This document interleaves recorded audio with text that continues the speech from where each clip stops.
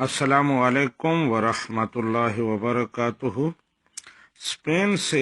داؤد صاحب نے پوچھا ہے کہ اگر کہیں چند مسلمان جمع ہوں،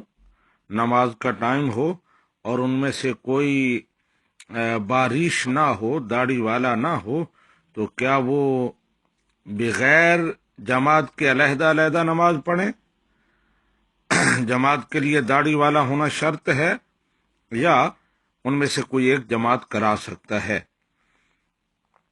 جی داؤد صاحب، اس سلسلے میں گزارش یہ ہے کہ پرماننٹ امامت کے لیے داڑھی ضروری ہے کہ ایسا شخص جو کسی مسجد میں باقاعدہ امام ہے، جماعت کراتا ہے، تو اس کے لیے ضروری ہے کہ وہ باریش ہو، اس کی داڑھی سنت مصطفیٰ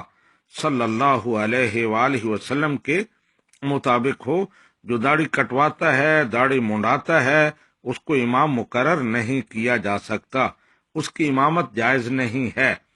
لیکن کبھی کبھار اگر ایسی صورتحال پیش آ جائے کہ آپ کہیں سفر میں یا کہیں کام پر اکٹھے ہیں اور چند مسلمان وہ نماز پڑھنا چاہتے ہیں اور ان میں کوئی بھی باریش نہیں ہے، تو ایسی صورت میں علیحدہ علیحدہ نماز پڑھنے سے بہتر ہوگا کہ اپنے میں سے کسی ایک کو امام بنا لیں اور اس کے پیچھے نماز پڑھیں۔ اور اگر کام کی جگہ پر ہے اور آئے روز ایسا ہوتا ہے تو پھر بحیثیت مسلمان کوشش کریں کہ داڑھی مکمل کریں، سنت کے مطابق رکھیں، تاکہ جماعت بھی کرا سکیں اور کسی قسم کی تشویش ذہن میں پیدا نہ ہو۔ بہرحال مسئلہ یہ ہے کہ اگر کبھی کبھار ایسا کہیں ہنگامی صورتحال پیش آ جائے تو بغیر داڑھی کے بھی کوئی شخص امام بنا لیا جائے تو اکیلے نماز پڑھنے سے بہتر ہوگا، لیکن پرماننٹ امام کے لیے داڑھی